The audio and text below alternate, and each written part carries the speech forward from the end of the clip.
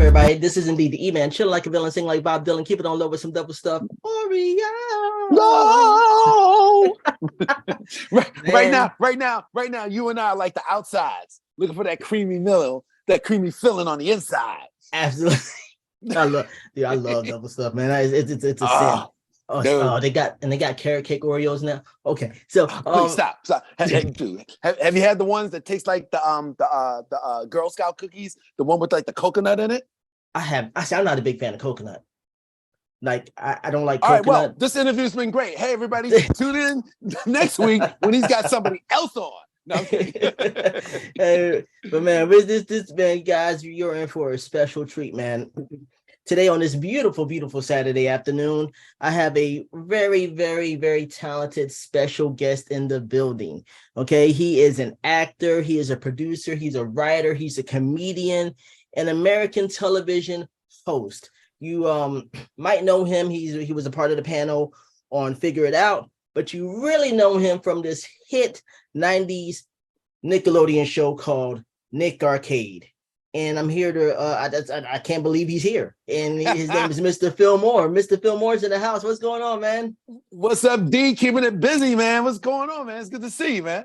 Good to see you, my brother. Good to see you. How are things in your area of the world? I always ask people, how's the weather and everything. So how are things in your world? Well, look, I'm outside right now, chilling like Carlton Banks here at the pool. Nice. It's nice here, man. It's beautiful in California right now, man. Beautiful day. It's summertime, but it's not too hot, not too cold. It's the three bears of weather. It's just right, man. Just right. Man. Yeah. Oh man. So usually, I'm a comic book fan. I'm a movie lover and a movie goer, and I feel like every hero has an origin story.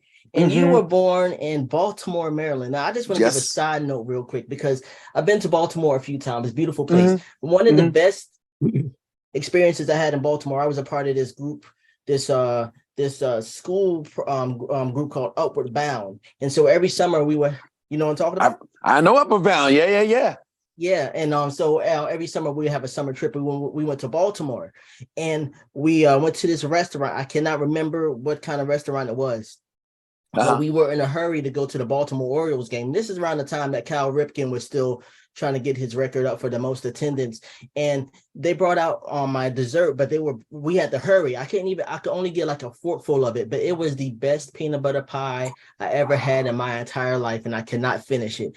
And it's just, it was terrible. But when we went to the Baltimore Orioles game, that was the first time I ever went to a Major League Baseball game. And I had the best frozen lemonade. It was just the best experience, man. Dude, it's ironic that you even bringing up Oreo because, we didn't know we were going to talk about Baltimore or anything like that. I'm actually rocking the Utz shirt, which is like my favorite snackety snack from on the East Coast. They make like potato chips and tasty cakes. And oh man, it was like when I go there, I leave. I try to bring back bags of Utz potato. They got one, Maryland, Baltimore is known for crabs and crab cakes. They even have a potato chip that is crab cake season. So you got your barbecue, you got your sour cream and onion chips. They have Utz I'm doing a commercial for them. They got a potato chip that tastes like crab cakes. So it's got the Old Bay seasoning. Yeah. Oh man. Dude. I know exactly what you're talking about. It's interesting you talking about you start this off talking about hometown. I just happen to be rocking the Utz right here. Dude, that's all. It's good stuff, man. That's good stuff. I live in the South, so Utz makes the best honey barbecue chips. They make the best cheese balls and cheese curls. The big giant tubs. By the time you get done, man, when you poop, it's orange because that tub is so big. Yes, sir. Yeah, I know all about Utz. Where I live in North Carolina, they have them at the Dollar Tree. So yeah, man. It's funny because last year I wish we had hooked up and met because we maybe could have done this interview with me in there with you because I was actually in North Carolina all summer last year creating content for YouTuber Mr. Beast. Wow. I didn't know. For real? I did 3 months working for Mr. Beast. Yeah, I was spent right there in North Carolina. You were in Greenville. Yes, I was. Oh my gosh. Dude, I know exactly where that's at. So because I was born in Jersey, went to moved, folks got a divorce, moved to North Carolina, in a small town called Wilson, which is 45 minutes away from Raleigh. So I know exactly where Greenville was at because Greenville is home of ECU. East Yeah, Carolina yeah. University. Yeah, That's that's it. Yeah, awesome, dude. yeah. So it's just kind of again another interesting thing, man. Like It, so maybe if I go back and do some more stuff for him, I'll hit you up. We can do this for like sure, face to face. You know what I mean? for sure. But And this is good right here. I will bring the cheese balls for sure. Oh man, don't Man, even dude, tease me. Do I'm not serious. tease me with the cheesy, because I will hold you to it. Hey, I got you, homie. I got you. All right. But this is really interesting, man, because like I said, Baltimore is a beautiful city. Actually, I had the pleasure of interviewing J. Anthony Frankie, who's also from Maryland as well. It's really interesting because you went to a magnet school. It's like Baltimore Polytech Institute, and Yeah. you went to college in Daytona, and you Right. were you were lined up to be an engineer. Is that correct?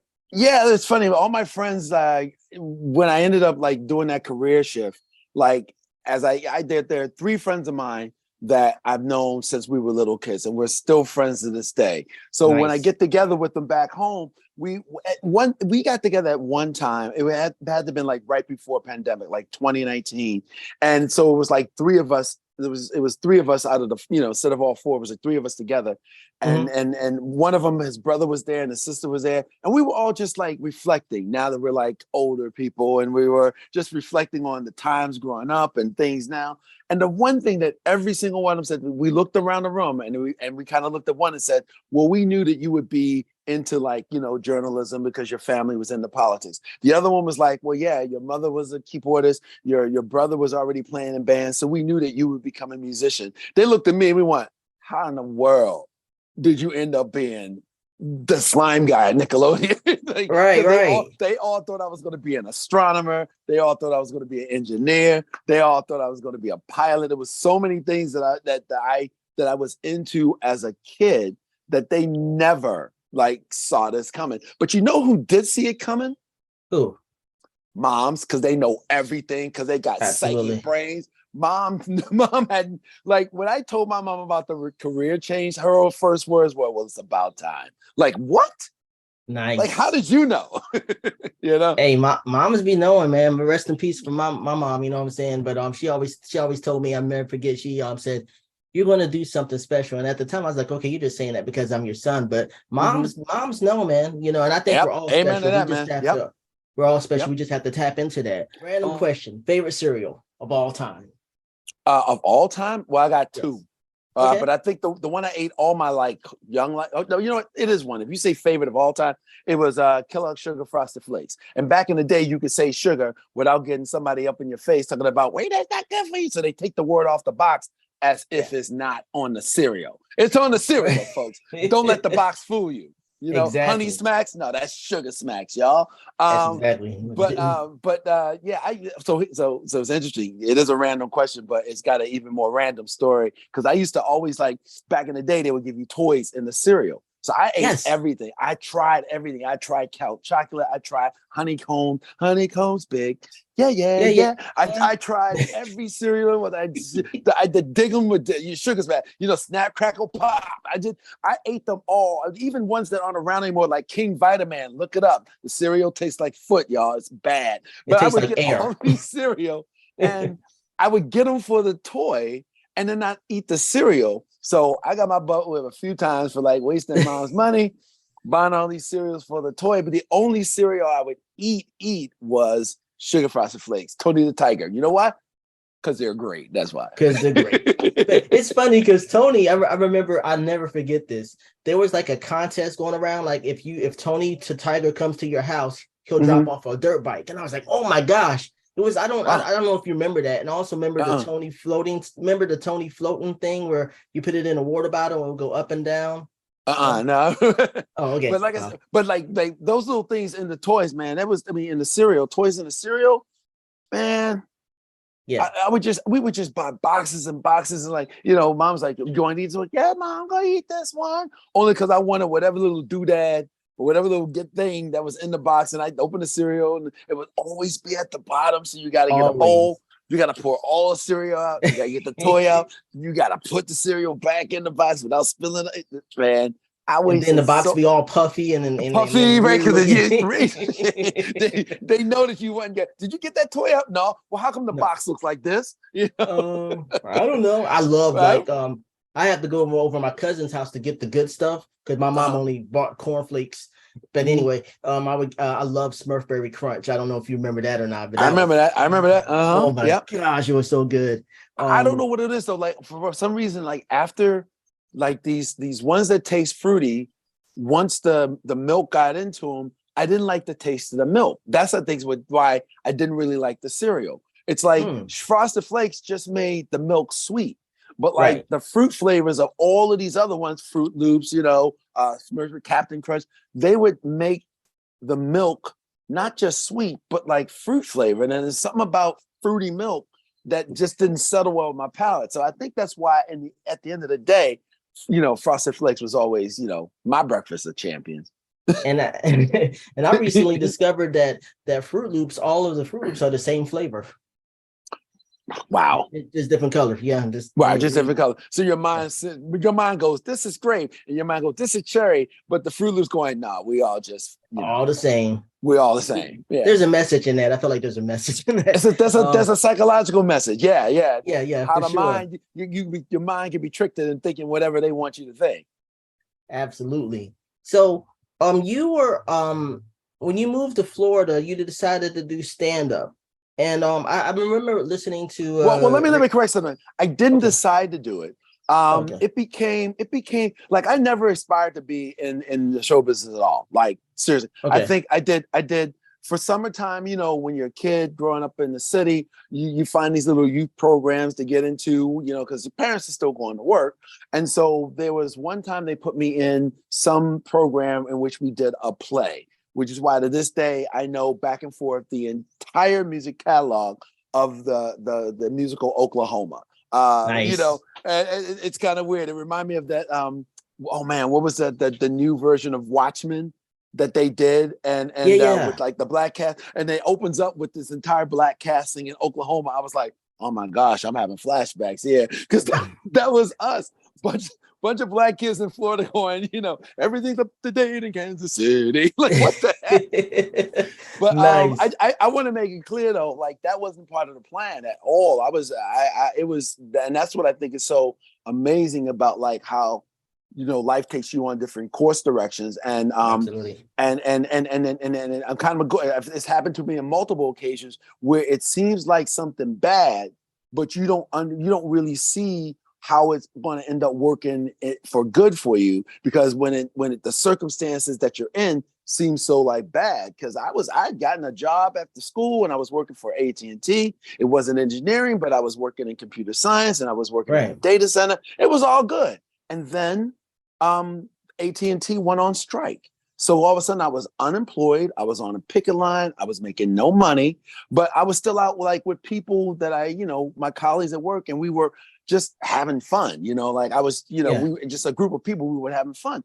And then somebody said, look, man, we're having way too much fun to be poor. You know what you should do? And I said, what? He goes, there's a brand new comedy club named Bonkers, just opened up JJ Whispers in Orlando. You should go there, do the open mic night. If nothing else, if you win, you get like $50. I'm like, $50 right now, I'm getting $0. That sounds like a gold mine to me. And that was the situation. Being on strike, being broken, busted, not making any Right. money, wondering how I'm going to pay my bills. That was the thing that got me to put together 3 minutes and go up and do an open mic night. That's what it was. Never did any acting other than that, summertime theater thing. Never did any theater, never did any, nothing. That was never Wow. part of like the DNA or the agenda for me. So getting into it, I understand now why for my friends, the sudden career change seems so odd. Now, what my mom saw was an only child who had an imagination, who'd be in the room with his G.I. Joes, making up incredible, interesting stories, having Yes, real sir. fun moments with his buddies when they come over, putting on our capes, jumping off the bunk beds like we superheroes. Yeah. She saw the imagination. That's why when I made the career change, mom saw it. But like none of my friends saw it because Wow. I was always also that guy who I liked the space program. I like building models. I remember and here's the other thing my mom saw. Like as a kid and even some adults, you don't like public speaking. Right. When it's time to give an oral report, everybody's like, "Oh, please don't call me." When it came time to do the oral report, I was always the first one. Like there was zero fear of getting in front of a bunch of people and just speaking. So again, that's Wow. another reason why I think mom saw it and like other people didn't, because I was never. It was like if there's an oral report to do, if there was a thing, an assembly, and they wanted somebody to make the announcements, whether it was at school, at church, we need somebody from the youth group to come and make it. Can I do it? I would love getting up in Nice. front of a bunch of people with the microphone and talking. So you know, it's interesting how it was always there, but it wasn't Yeah. stand-up comedy. You know. But Right. Right. but I got into stand up by circumstances, by what when one would look at as a surface as negative circumstances, but it caused that course change in my life, and I haven't looked back since. And I got another one Absolutely. coming up later. I'll let you get on with your interview because it happened again, which got me into television. You know, that got me into stand up. That got me into the business. But you know, stand up is one thing. Being actually involved in the television aspect, that's entirely different. But almost the same thing occurred. Taking something that was like looked at as negative, and then how Mhm. it ended up turning around to being a life changing, course changing, positive career thing. Absolutely. And I remember listening to an interview of yours. I think you were on Baltimore radio, and you were Uh-huh. giving us you were giving them your comic influences. And can you tell me those influences again? Because they were really unique. Yeah. Okay. So, you know, again, growing up, black kid in Baltimore, all of the big geniuses that were out at the time, um, mine were Steve Martin, Yes. Howie Mandel, Yes. Robin Williams. Now, on the surface, people looked at me and I'm like, what about Eddie Murphy? What about Richard Pryor? And Yeah. it's Yeah. interesting because look at me right now. I can't talk to you without moving. I got this energy. It's I always love been it. there. Okay. And so rather than looking at how to do stand up like other people who look like me, my Right. concern was trying to figure out how to do stand up with other people who act like me. Right. That was the Absolutely. issue for me. And there was a concern that like I never saw anybody out there with this sort of mantic energy that was black. But it seemed to me that I could be more my authentic self if I followed the sort of the model of a Steve Martin or a Howie Mandel or a Robin Williams. That would be more authentic to who I am than to sit up there and try to be an Eddie Murphy or a Richard Pryor. Because I mean, I'm pretty much a PG-13 guy. You know what I Right. mean? Just for no particular reason, it's just who I am, you know? So Yeah. to all of a sudden to go up there and I think these guys are geniuses, man. They You are. know, we had Richard Pryor albums in the house. You know, when I Yeah. was a little kid, I was allowed to play them. You know what I mean? As a little kid, it was like, yeah, mom, put that Richard Pryor on. You know, we sitting around laughing at all of this. So it's nothing about that. It's just who he was, and this is who I am. And so Absolutely. when I finally decided to start to do it, it felt more important if I was going to go back and try to be authentic, then I need to model myself or take influences from people who did what I wanted to do as opposed to just going off the surface. Because when you go up when you go up to the stand-up comedy, you're really bearing who you are. So the Hmm. surface ain't gonna cut it. It won't really cut you much in life anyway. It's about who Exactly. you are on the inside. And those guys, you know, again, you talk about young Robin Williams, you talk about young Howie Mandel, not Howie Mandel sitting on America's Got Talent with the bald head. I'm talking about No. Howie Mandel, Bobby's World with the crazy hair, put the rubber glove Yes. on his head, boom. That Howie Mandel, Steve Martin with the wild and crazy guys and the happy feet. Yeah. That's And that's me. Look, that was me in the car driving here, man. That's you know. wild So and crazy guy. those are the people that I thought it was more important to try to work off of someone who act like me than somebody who looked like me, because then I would come off as authentic and genuine. Absolutely. And I'm glad. And I think you mentioned. Look, I think you mentioned Richard Jenny as one of your influences as Oh my well. gosh. Oh my gosh. Yeah. Okay. Well, that was after I started doing stand-up. So you were talking about my influences in doing comedy. Those are the three that I named. Once I started, I got the opportunities to work like with people who are legendary now. And it became like the best school of learning that I could have ever had. You know, there are people who do this and they make their way, and you're working at clubs and you're working for a bunch of, you know, schmoes just like you. But I ended up, just getting blessed with being able to be the opening act for these people who are like I opened for Dana Carvey. I opened for Wow. Jerry Seinfeld. I opened for got Drew Carey.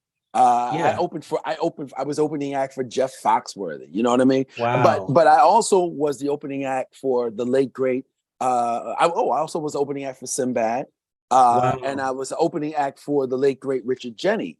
And the story that you probably heard, the reason why I mentioned him in this other interview is because there's different stages as you progress where you begin to learn different things. So you go Hmm. out, you try to come up with an act, you try to write it, you do it, you get to a point where this is what works. I got 15, 30 minutes. This is what works. But like there were people who could go out there and improv in such a way that one would think that this was a pre-written bit. And Right. so when I worked with Richard Jenny, we went out one afternoon. We were working at a club in Tampa, Florida. And it was one afternoon, and I lived in Orlando, but instead of driving back, I hung out. And Richard and I went out. And we just kind of hung out the day, just hung out. He'd never been Wow. there, so we just kind of hung out. And along the way, we had fun. You're meeting people. He's talking to people. We're having lunch. When we went back that night and did that night's show, I'd already seen his act on Friday, so I knew what he did. He killed, man. He crushed it. And then Nice. he went up and he did 45 minutes of brand new material. And he's telling the audience, like, this is what I did today. And a lot of times when you hear a comic say that, it's BS because it's pre-written material. But I sat there with my mouth on the ground because I knew, oh, hell, that's exactly what we did today. It took 45 minutes before the man even got into material. He slayed them with improv. And Wow. I was like, you know what I'm saying? Wow. And I just stopped and went, okay, I want to learn how to do that. You know what I mean? Yeah. Yeah. I mean, Yeah. the fact that this guy was he was such a keen storyteller of taking a look at what he did, what he observed, and then putting it away and make it seem like this was seasoned material he had been doing for a year. Yeah. And then by the time he got to his material, which was already like, laying, crushing, killing material, it was just a mic drop on top of a mic drop, man. It was insane. So the story of Richard Jenny is that guy was just a textbook Harvard class on how to storytell and improv, man. It was, improv and tell a story based on just improv. It was insane. It That it is was insane. that's crazy. And even when you mentioned Howie Mandel, I was listening to a podcast and he was a guest, and he Mm-hmm. was saying like the whole thing with the glove on his head, he Yeah. did that on a dare. Yeah. His Wow. whole thing was on a dare. It's like he did it just to do it. And then when he found out the people were laughing and they were, responding to him, he said, "This is something I actually think about doing." It's so Mm-hmm. incredible, man. Yeah. Um, Anything. And every and anything could inspire to do the next thing that like launches you to the next level. You just never know. you never So, know. I want to hear this Dick Clark story, man. If you don't mind sharing, because this oh, dude. people listen to my podcast that are part of our generation. You know what I mean. But for the younger people who do not know, Dick Clark is a legend. Like He what's is. Ryan Seacrest is doing, Dick Clark Dick already Clark, did. You know right? what I'm Matter of saying? fact, Dick Clark chose Ryan Seacrest as his heir apparent. You know what I mean? Absolutely. He Yeah. Yeah. knew Yeah. he knew his time was, and he was an older gentleman, so he sort of hand selected Ryan Seacrest to step into. And we know Ryan Seacrest as this person, but the man, it's like it's one thing where you step into a mold that was made for you, but it's another thing to have made the mold. Yes. Dick Clark made the mold. Absolutely. Yeah, this story is that second part where I said something looks like it's bad and you don't know how it's going to turn around and be like a phenomenal good thing for you. Okay, Mhm. so Dick Clark Productions, they produced a lot of shows. When Dick Clark got older, he was still doing the New Year's Rockin' Eve. He was still Yep. doing that stuff, but it was after the American Bandstand era, Mhm. and he had already been established as a legend over the last like 20, 25, 30 years. And now Oh here yeah. he is, an older gentleman. He's got Dick Clark Productions out of Burbank, California. And they're now like producing TV shows. So he had brought back Let's Make a Deal before Wayne Brady. Mhm. And it was shooting at the Disney MGM studios. And at that particular time, I I sort of segue from doing so much on the road stand-up comedy because I become a new dad. So I didn't want to be away all the time. And I was able to get into doing audience warm-ups for TV shows. So for people who don't know, like when you see a show that's shot before a live studio audience, there's a person who's like the hype person to keep the audience Right. clapping and laughing, get them all excited for the show and keep them excited in between so that their energy is what they need it for all the way through until they're done. So I was able to get a job doing that at the brand new Disney MGM Studios and the brand new Universal Studios that weren't yet open to the public, but their Okay. sound stages were working. Okay. So we were shooting Let's Make a Deal. No, I'll take that back. The Disney was open because we would get the audience for Let's Make a Deal from park, people who came into the park. So if you came into the park to do your day at Disney and you go, hey, you want to be a part of a live taping? It's going to be Dick Pop Productions and Monty Hall. Let's Make a Deal. And people would come. It would be like an hour of their day, but so that's why we're a title machine because these people pay big money to come to Disney, and we're asking them to take time out. So we got to on Let's Make a Deal. They have zonks, the prizes that are like the goof prizes, Right. And I was good at going out there doing my material to entertain the audience from the beginning, in between, and by the time we got to the big deal, my material was done because the big deal is like, do you win the prize? Thank you everybody for coming. Go home. Good night. So we got all the way to the point where it was ready for the big deal. I had gone through all of my missed material. I had gone through all of my worst material. All I got to do is sit there and wait till the big deal is done and then thank everybody for coming and they exit the soundstage. I get the stage manager calls me over and goes, Phil, we need you to stall. I'm like, how long? He goes, I don't know. Remember the last song? I'm like, yeah, that big elephant we had. Yeah, the elephant took a dump on the stage floor. I'm like, what? Wow. So they had to and you have to understand, this is like a television crew. So like, none of us want to clean elephant crap. When you're a PA working on a show, but nobody told you. You remember Jurassic Park with the big pile of nobody told you you'd have to do that. Nobody wants to do that. Not even not even the custodial people that worked for Disney parks. They're like, look, I'll pick up a cup and some mouse ears, but you want me clean a big pile? So wow, it that's was a an shitty issue. situation. Exactly. So it's like it was crazy, like the time that it was going to take to get this not just cleaned up but also disinfected, because they're also concerned about the health thing. So the guy's like, Phil, we need you to stretch. I'm like, I need to stretch. And then so I go to the audience and I kind of tell them what's up. I get a laugh out of that. I tell them what really is going on back there. They're all laughing. But once that only felt like 2 minutes. I don't know how long I'm going to have to stall. And then that is when my experiences with Richard Jennings came to the surface. Then I began to think about things that he did and just how he was able to see certain things and just begin to talk to people about them and then see how that could turn into something. And so I ended up doing that. I did several things. It was 20 minutes of stalling to get them ready to come back. And in that 20 minutes, I probably did 50 different things, because each little thing that you do with somebody only is going to last for a certain amount of time. And then once you've done a joke, you can't go and do it with the next person, everybody, So it's just, I would talk to people, find out where they're from, and then watch the dynamic between a husband and wife. And then, maybe have some fun doing, kind of marriage stuff with them. And then, if it was some college kids, they're always rowdy, where school you from? Where from? And then you can have some fun with them. I did a bunch of things and just had a good time with these. I mean, I admit, I wish an elephant would have taken a dump every episode because we had so much fun just shooting the breeze, man.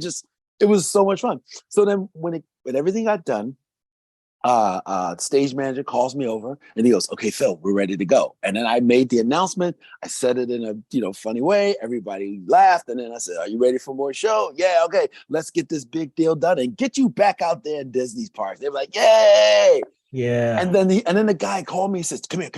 And I go back over to the stage manager. He goes, Mr. Clark would like to come out and say something to the audience. Now, the part of the story I didn't tell you is I've been working on this show now for like 3 months. I never Wow. met Dick Clark.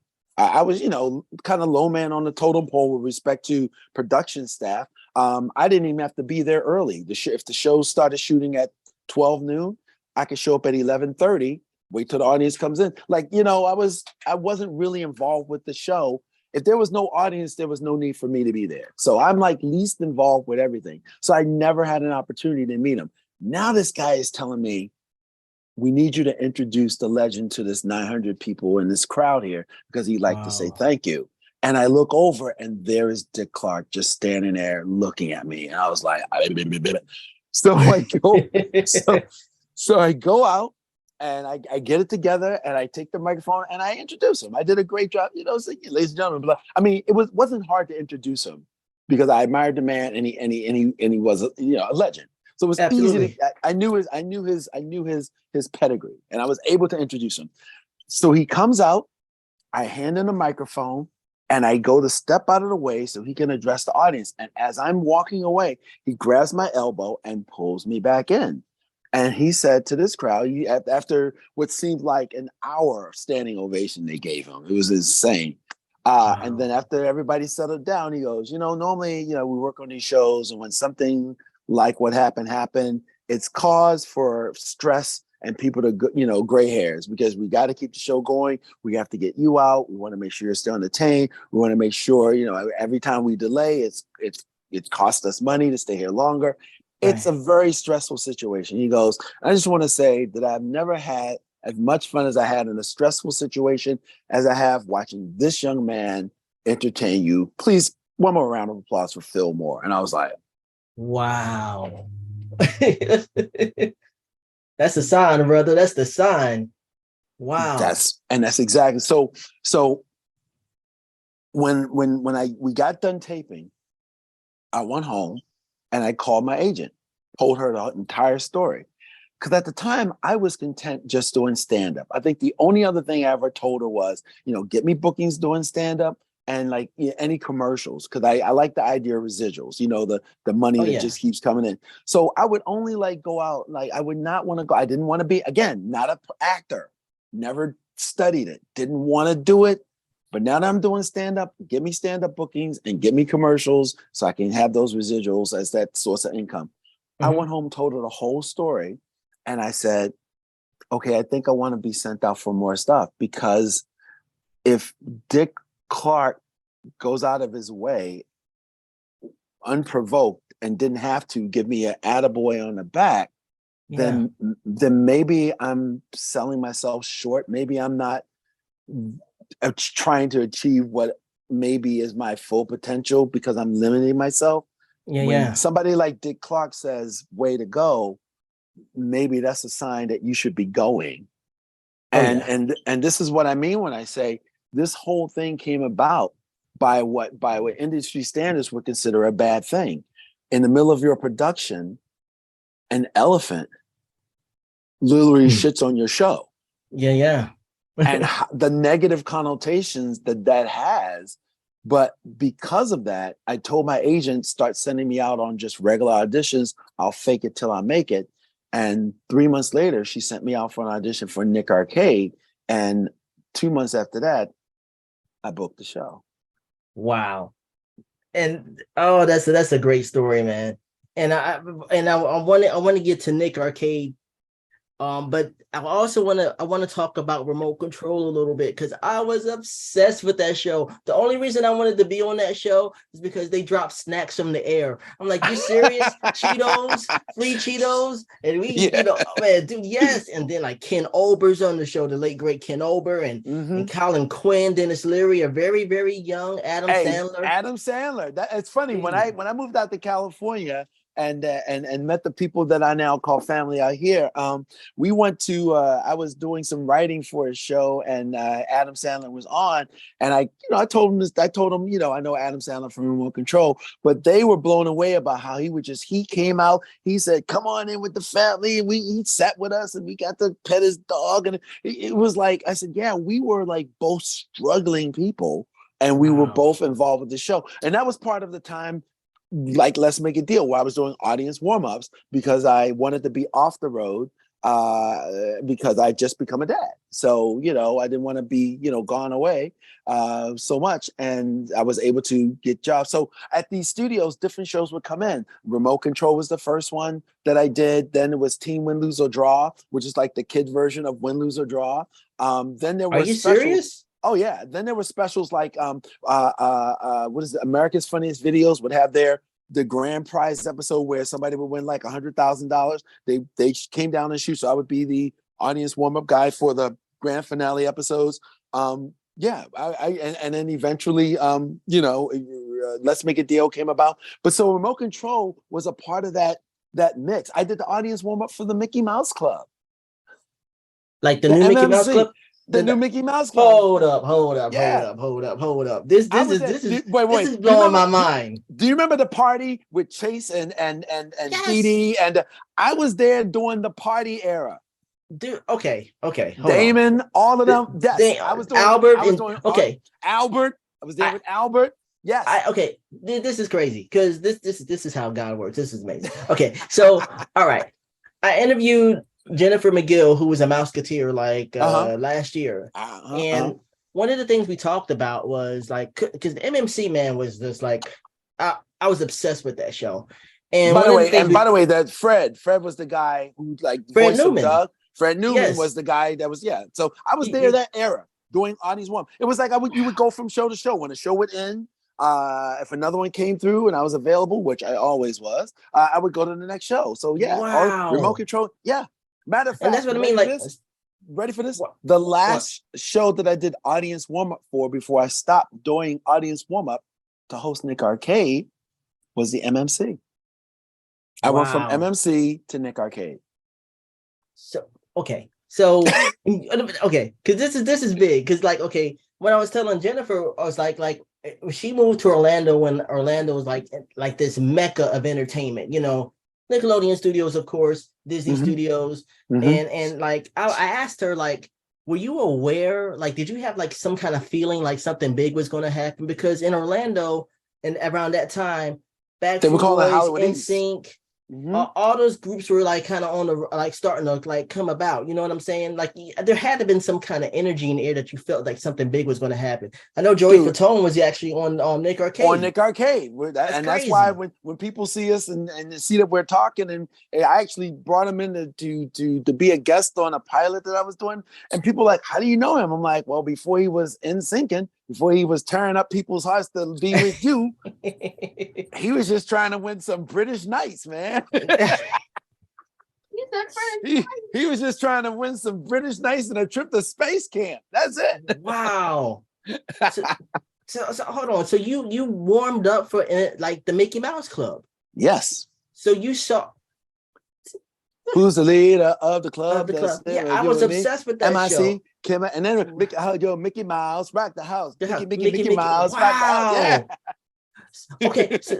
Okay, back to Remote Control real quick. On Remote Control, when they would do the prizes and they'd be like, and the audience would be like, ooh, that was me. That's you? When I get done, when we get done, somebody that was part of just with a camcorder recording behind the scenes stuff loaded it up to YouTube. I can't tell you what exactly is written on it, but somebody sent it to me, and then I sent it to a couple of producers last year. But I've got I've got the link that I'll send you. That is the footage that someone took way back then, and he sent it to me because in this video, it's a long video. I'm in it for maybe 3 minutes, but there's a part where it turns around. And I'm sitting there with the audience going, all right, everybody go, ooh. And they go, ooh. And I had signs. Wow. And listen, here's something else. Listen, the people won't know this. People will not notice. But there were times when you listen to the audience and they go, ooh, ah. And then they would say this oh, baby. I was like, and that's because I would hold up a sign. And I wouldn't tell the producers. So I'd hold up the ooh. And they go, ooh. And then I hold, ah. And then I hold up, oh, baby. And you hear the audience go, oh, baby. Nice, dude. And you said you did Team Win, Lose, or Draw, right? Team Win, Lose, or Draw with Mark Skippy Price. Dude, okay. So there's this. I always make reference to it. There's this really great documentary called Kid 90, which is directed by Soleil Moon Frye. And who Punky played Brewster. Punky Brewster, and she was on the show, and I forgot all about that she was on the show. And like, you got to understand, like, as a kid, I had a crush on her, right? Uh-huh. And so, but when she was on Win Lose or Draw, she was a teenager, and she just came out of nowhere, blossomed. I'm like, whoa, she looks great. You know what I mean? So yeah, I mean, like, so when you said one team Win Lose or Draw with Skippy, and Skippy was on Family Ties, right? Right. He played Skippy on Family Ties. But Mark Price, the guy's real name, great stand-up comic. By the way, anybody, if you see Mark Price is coming to your town doing stand-up comedy, go see him. He's on tour right now with other people who are known and famous from the 80s and 90s, doing a comedy tour. Dude, and speaking of Family Ties, right now. Wow. Speaking of Family Ties, have you seen the Michael J. Fox documentary still?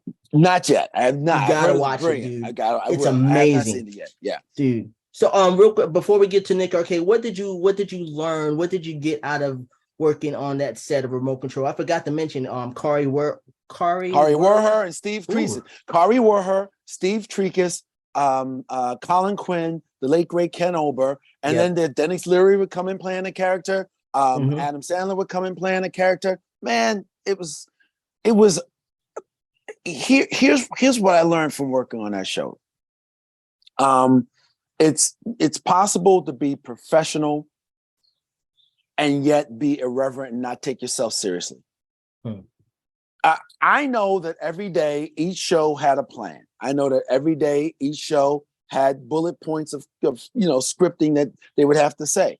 I know that every episode had a method that they had to get through from A to B to do a complete episode. But in between it all, they were free enough to just kind of go with whatever happened. They would just talk about whatever they wanted. The only thing that seemed consistent was the rules. Wow. Everything else was like, if we feel like doing this today, we'll do it. If we don't, we don't, and it was that kind of just free spirit of that show. And yet it wasn't haphazard. See, I think a lot of times nowadays people mix up the two, like just to be free, and you look at it and it doesn't look well organized. This show was well organized, yet it still felt very loose and free. They had a perfect mix. I felt that as a spectator, I just felt like, wow, I would love to hang out with those guys. It felt like a real free set, like you can the in between like jokes and the improv. It felt like wow, I would love to be a part of that. But man, that's amazing. And here's the thing: the stuff you saw on TV was just an outgrowth of what they were just actually doing. There were jokes and stuff going on just like that when the cameras weren't rolling. Wow. So the camera just happened to catch a portion of what those fantastic folks did anyway. Crazy, man. That's crazy, man. Wow, I could talk about that stuff all day. Nick Arcade. Nick Arcade from 1991 to 1992. 2 seasons, created by James Betha. Is he related to Mace? James Bethea. Okay, James Bethea. Bethea, that's it, James Bethea. And Corinne Metef. Corinne Metef. Now, two high school and college friends who were just geniuses with respect to creativity and technical ingenuity. They both just also happen to be able to be good producers too. Those two guys, man. Matter of fact, I just posted a picture on my Instagram. We're out here in California, we're going through the strike, and James Bethea and I ran into each other on the picket line. So we took a picture. We're like, "Yo, little mini Nick Arcade reunion." Nice. It wasn't as accidental. Somebody told me, "Hey, are you going to be walking on the so and so?" Yeah, so James is going to be there too. Boom, then I'm gonna be there. So yeah, nice. We knew we were going to be there, and we talk every now and then. And Kareem, he's still in Florida, but we chat every now and then. Yeah, man, there was those are the two guys that created the show and put technology on the map, because they invented a program that didn't exist in order for a show to then exist. It's insane. Absolutely, man. And he's from Harlem now. Is he related to Mason Bethea or Mason Bethea? I don't know. I never asked. I don't know. Okay. And it's interesting too, because a question like that is interesting. We had a relationship back, 30 years ago during the Nick Arcade times. And then now you fast forward, we're both in California and it's like 30 years later and our relationship is different. Now he's like an executive producer and a writer. I'm a senior producer and a writer. And so now we went from being sort of like boss and employee to kind of colleagues. So now we have had chances to have conversations. I've asked him stuff about I've asked him about the making of Nick Arcade. I've asked him about the creation of the show. I asked him, why did you pick me? It's like, these are things like I never got a chance to talk to him about back in the day. So sometimes we'll get together and like be eating pizza in LA. And then I'm interviewing him because it's things that I wanted to know, just like you have questions that you want to know about back in the day. Absolutely. That game was that not the game, but it is a game. But the show was just like it was just like groundbreaking to me because not only years before there's this movie called The Wizard that came out, and that was the first time you see Super Mario, Fred Savage, Jenny Lewis, and that was the first time you see Super Mario Brothers 3.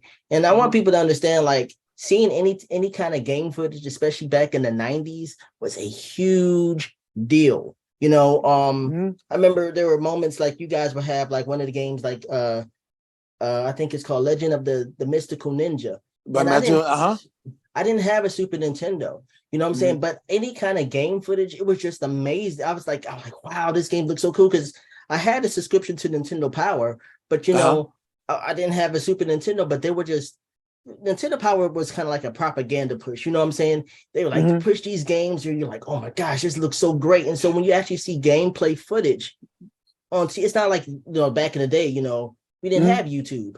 We had to be in front of the TV at this time and watch this show. Right. Now you can go on YouTube and watch cutscenes all day long. You can watch gameplays, you can watch walkthroughs all day long. But there was no place to go see that unless you went over to somebody's house and just sat there while they played. So the fact that there was a place that brought this into your home, that was special.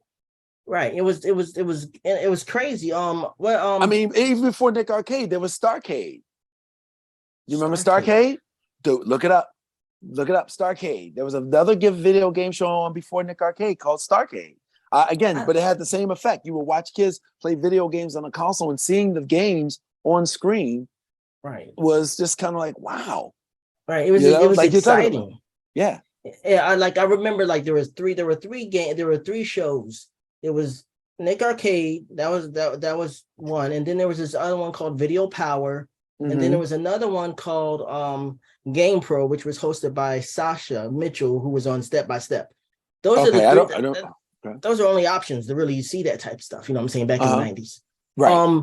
What do you have before getting the gig of Nick Arcade? Did you have any like video game knowledge before getting the gig? I mean, yeah, a little. Look, I was part of that. I was part of the generation when that had just come out of college. So arcades were big, playing video games were big. I had a ColecoVision with the original Donkey Kong. Wow. You know what I mean? Yeah. I had an Atari with a Pong. I'm not trying to say we were, the Uncle Phil of Bankses, but we had some decent things. I was blessed with a family that got us some cool things, because now like these things seem to be every day. But you go over somebody's house and they got an Atari, they got Pong. You're looking at them like, are you guys rich? You know what I mean? It was like, yeah. So yeah, I had an Atari, I had a ColecoVision. But again, being part of the college scene, going to video arcades and playing arcade games, and you find somebody that's got a regular 8-bit Nintendo, you were hanging out in their dorm room all day, going to Showbiz Pizza, going to Chuck E. Cheese's. He said Showbiz. Hold up. I'm going to take you back. Ready? Going to Discovery Zone. Nice. I remember Discovery Zone. Yep. Going to the DZ. Man.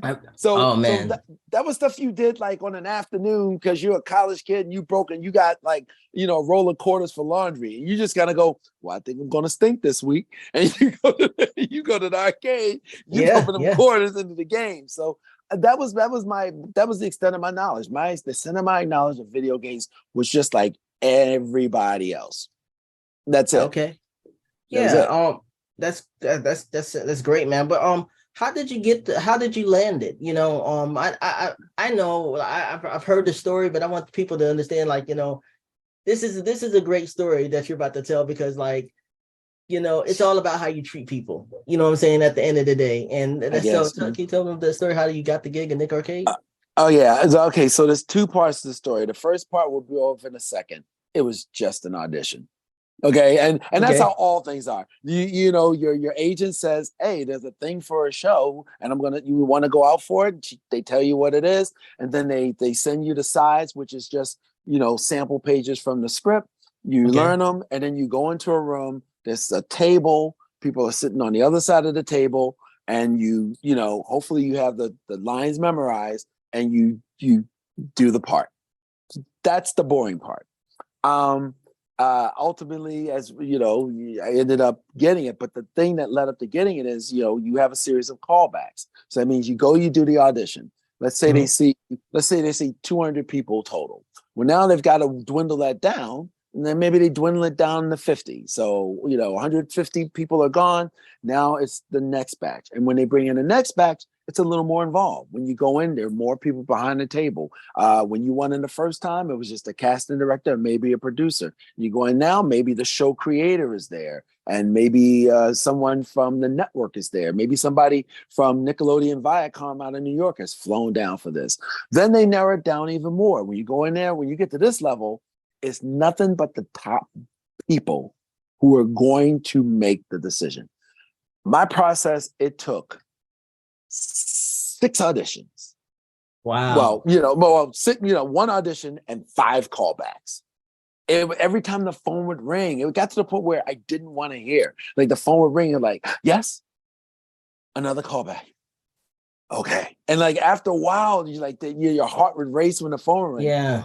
So the final one though, getting to the last one, this is the decision-making one. They had one other person and it was just 2 of us. Okay. I didn't meet the other person, and for this, they did it on a full mock-up of a mock-up of what like the set would be. Nick Arcade set was still being built, so we did this audition. I call it the camera test on the set of Get the Picture, which is a show that Michael Malley hosted. Which is, Yeah. Yeah. by the way, people have sent me stuff like in era talking about, hey, somebody hosted Nick Arcade before you. I says, no, that was the pilot that they shot just to convince Nickelodeon to do it. There's a guy named Neil Sherman, who's now like one of the great dudes over at Paramount. And he at the time was a producer, and he played the role of host to give the people at Nickelodeon an idea of what the show would look like.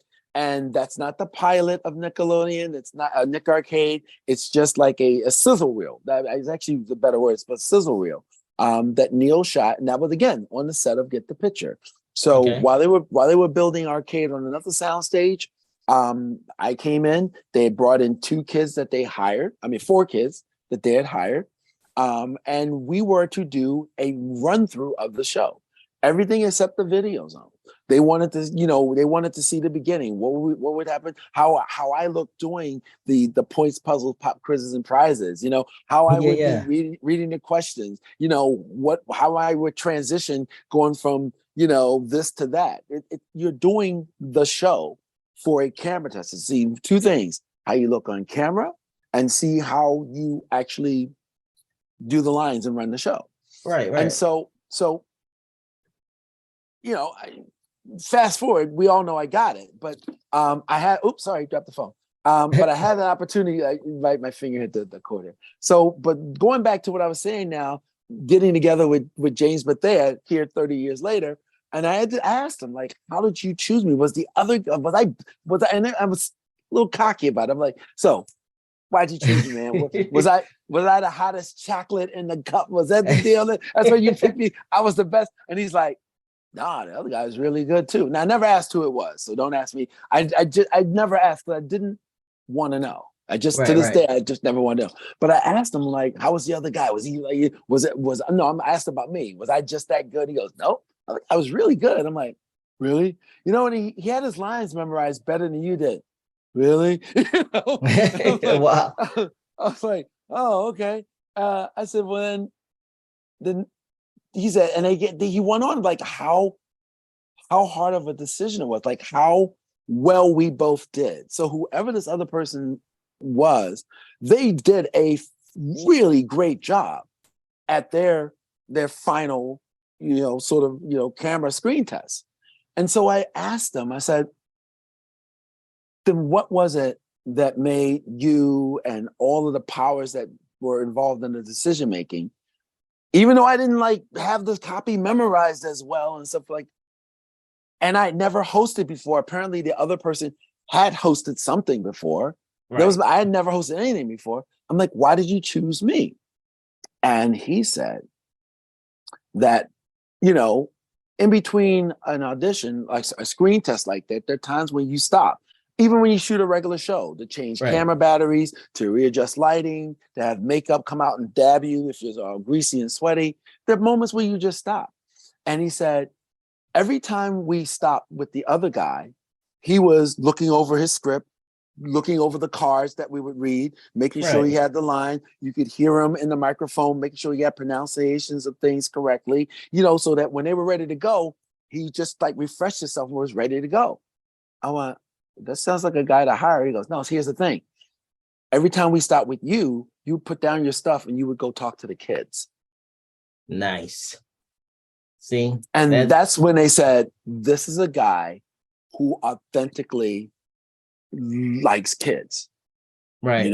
He's not talking down to them. He really he's concerned about them. I just, hey, what do you do when you go to school around here? Are you nervous? Yeah, I know I'm nervous too. I'm like, you're helping me get this job. I'm trying to get the job. Yeah. So we're all just talking. We're sharing. We're just communicating, man. I'm just talking to them because we are, even though the outcome for us was different, at that moment in time, we were all in this together. We're all in this together.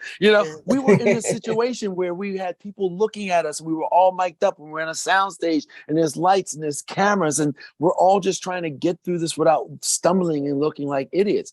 We were sharing a moment and I just kind of wanted to let them know, like, hey, I'm here for you guys. I know we're going to get through this. I just talked, man. That's all we did. We just talked. Like I said, find out what they're into. Are they into sports? Sometimes we had 10 minutes to just kind of sit around. So I just kind of wanted to, I felt that I would do a better job once we got going again, if we all were more relaxed, if we were all more comfortable with each other. So finding that common link. Finding that common link so that we can all, when they go and action, now we're more friends as opposed to co-workers, and we could maybe all get through this a little bit easier. So absolutely, that's what he said. He's like, and again, I wasn't thinking about that. Here's what I was thinking about. I was thinking about just trying to just kind of. I never stopped to say it wasn't like let me go bond with them. It was really like, okay, I'm nervous. They're nervous. Let's go talk about it together because I knew we were all sharing that same thing. So let's just talk about what we're all sharing. At the end of the day, that was the thing that Nickelodeon said made the difference. He said you both did a fantastic job, but we wanted Nickelodeon's. You remember Nickelodeon's motto back at the time was Nick is kids, and at the time they could see that Phil is kids, and that was it. They saw that I genuinely was just into vibing with kids. And they said that was what was the deciding factor. I may not have been able to memorize as good as him, but the rapport that they saw with me with the kids, they saw that not that his wasn't as good, but they got a sense that the people through the television across millions of homes across America, they would feel that too. Absolutely, dude. I got to give you your flowers, man. That's a part of this show. Is giving you your flowers, man. Seeing like let's keep it real. Seeing a African American game show host was rare back in the day. So to see you on screen and hearing your story about you connecting with kids, it reminds me of two things. It reminds me of there's this wonderful documentary about Mr. Rogers called "Won't You Be My Neighbor," and I grew up with Mr. Rogers. And by the way, I just want people to know I'm doing this because like little bugs are flying around. I'm outside. Oh yeah, just let people know. It's like I'll be sitting there like a little bugs in my eye, like you ain't gotta tell me because I know I live in the South. All these gnats are everywhere. Yeah. But it makes me think about that movie about how Mr. Rogers and how he connected with children, but also and how important that is. But also, Mhm. like even the audition story makes me think about one of my favorite movies is Back to the Future. Mhm. And originally Michael J. Fox was It not was lined Ed, up. it It was was Eric Schultz. Stoltz. Yeah, And Eric Schultz. Eric Stoltz, he was like Stoltz, yeah. Eric Stoltz was in it for a few weeks. The producers said he's not quite right for the role, and they really wanted Michael J. Fox to do it. And Michael J. Fox ended up, replacing Eric Stoltz. But the Hmm. thing is, the beautiful thing about that story to me is, Eric Stoltz is a high caliber actor, but it Hmm. just means he just wasn't right for the role. So when I'm Right. thinking about the situation with you and this other guy, he's a great guy, but he just wasn't right for the role. And I think that it's a lesson in life is if you get rejected of any kind, don't let that rejection make you second guess your talent. You know what I mean? Right. And Right. so I love that story, man. I really love that, man. But Um the other thing I take from that, just on a personal tip, and it's something I just deal with personally, is there are times when now I'm out here and I'm a producer and I've done produced game shows for NBC and CBS and just everybody. And there are times when I walk into the room and I look at the resume of some of the other people that I'll be working with, and I keep thinking sometimes like, wow, I haven't done that level of stuff or that caliber of stuff. But sometimes it's not what I think what that will make the difference. It's something else altogether that I may not even be thinking about.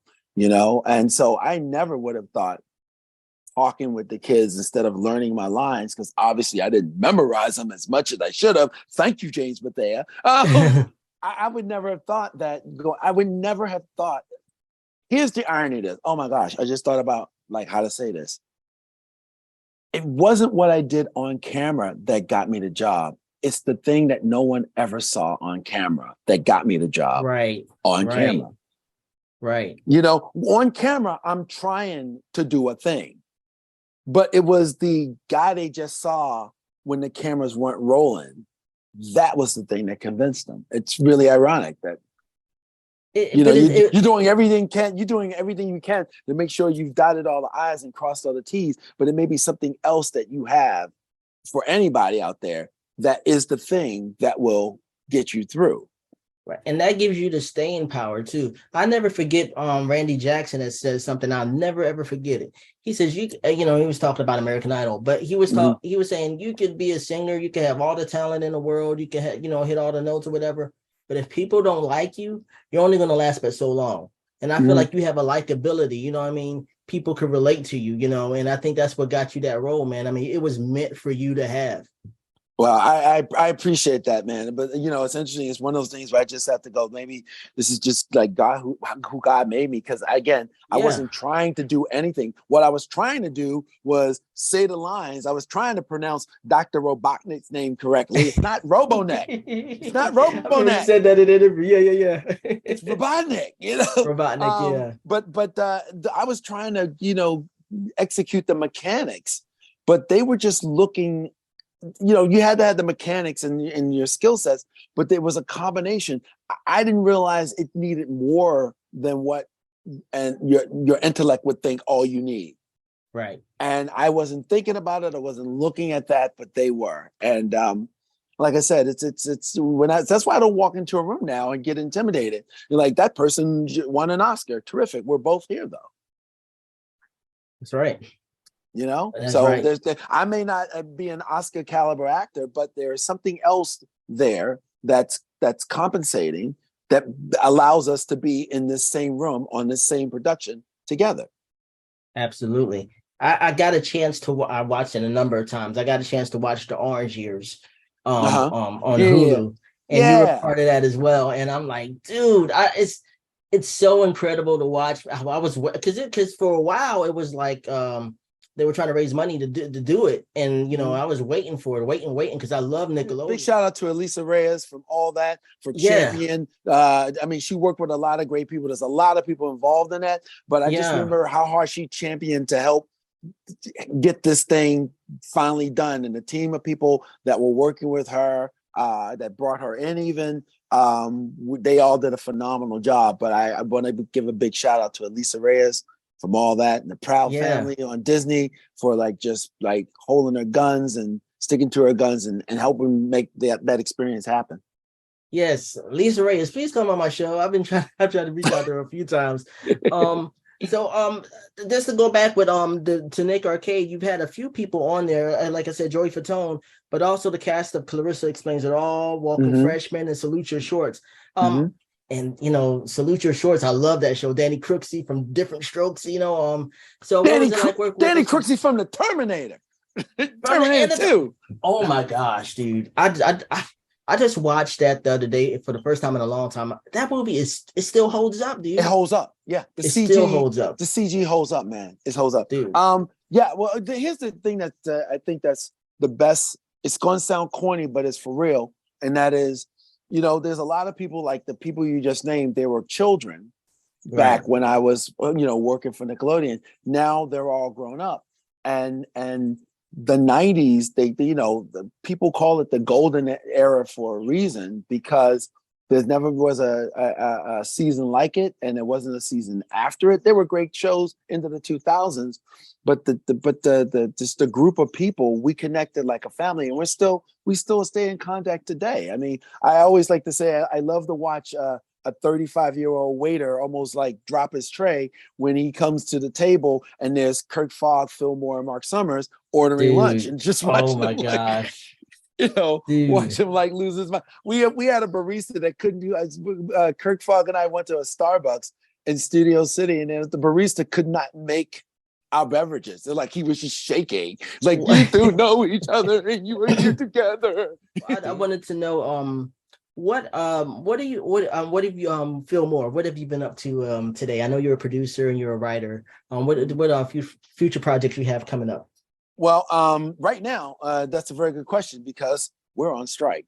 We don't really know what the future project will be. There were things that everyone in this town had planned. There were things that we were already scheduled to do, and sort of everything came to a screeching halt. So right now we're waiting to see how long this is going to last.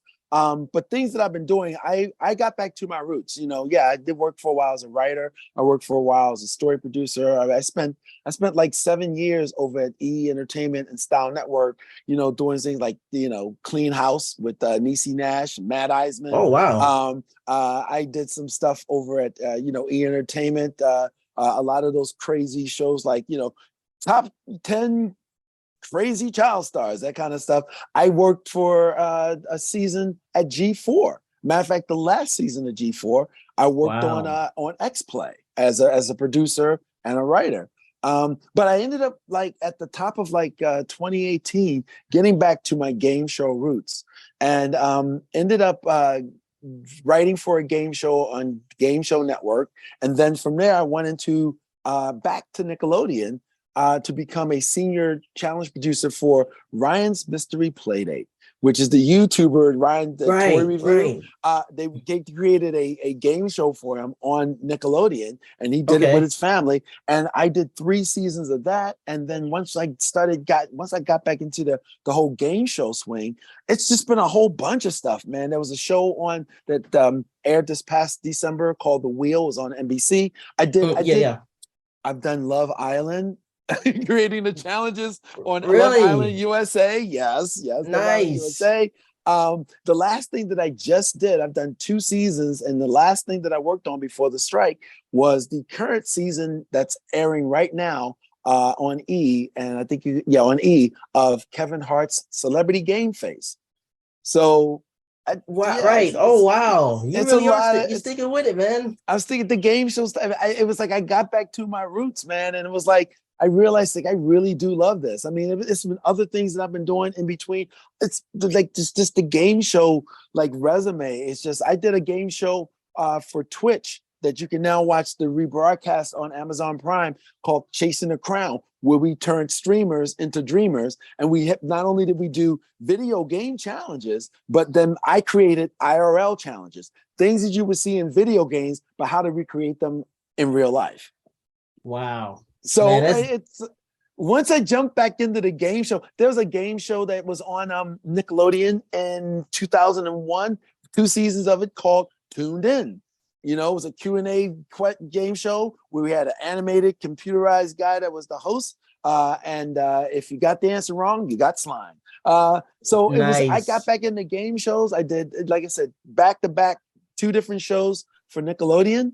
And then just a whole bunch of other stuff. Like I said, we've got NBC on the resume, we got CBS on the resume, we got E Entertainment on it. It's like, it's a lot of fun. Once I got back into game shows, I was like, yes, in the words of Ace Ventura, it fits like a glove.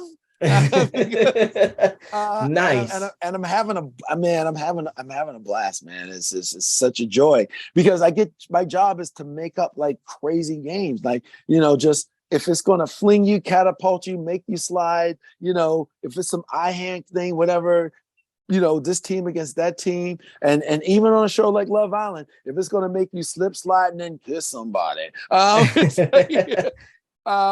yeah, it's I've had a blast. So that's what I do now. Now I'm a senior challenge producer creating games for game shows.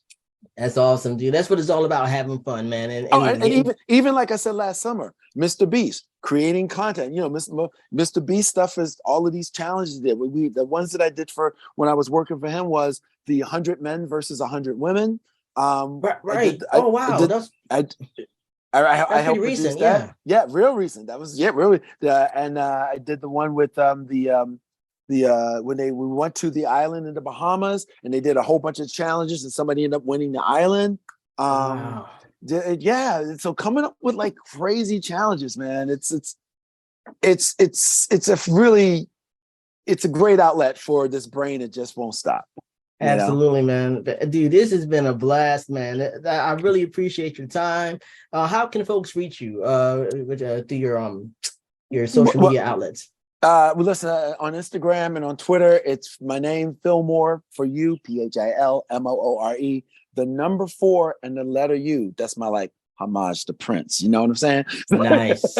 So Twitter, Instagram is Fillmore for you. And if you want to do the Facebook thing, it's my name. You know it's me because my little avatar is Robot Chicken. Seth Green reached out to me and I did 2 episodes of Robot Chicken. They did a Nick Arcade sort of parody, and I came into the studio and I voiced myself.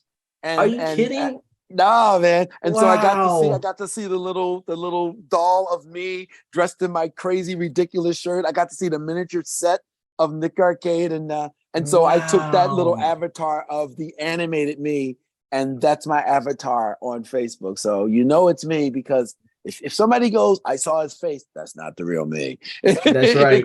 It's the avatar from Seth Green's Robot Chicken. Dude, this is that, man, dude. If it's possible, can we possibly do a part 2 just to talk about movies, man? Absolutely, man. Yeah. You want to talk about Rosewood, don't you? No, Rosewood. Oh, you don't know about the Rosewood? Okay, it was the only acting thing I ever did. Really?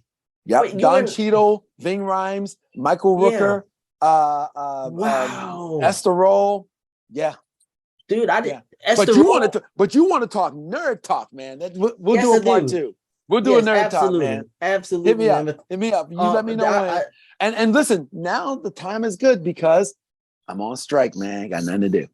I got you, homie, man. Thank you so much. But what I am doing right now, though, you did as is I've got a team of people, 3 phenomenal, incredibly talented people, and the 4 of us are creating game shows of our own. And during this strike, we have been pitching because networks are sort of in the same boat. They're not shooting anything, but they want to kind of line up their next thing. So we've been out pitching some original game shows, and who knows, man, we're hoping and praying for is like to sell a couple of them. And the next thing you'll see is a show that, this great team of people that I've been working with have created through our own production company and got up on the air.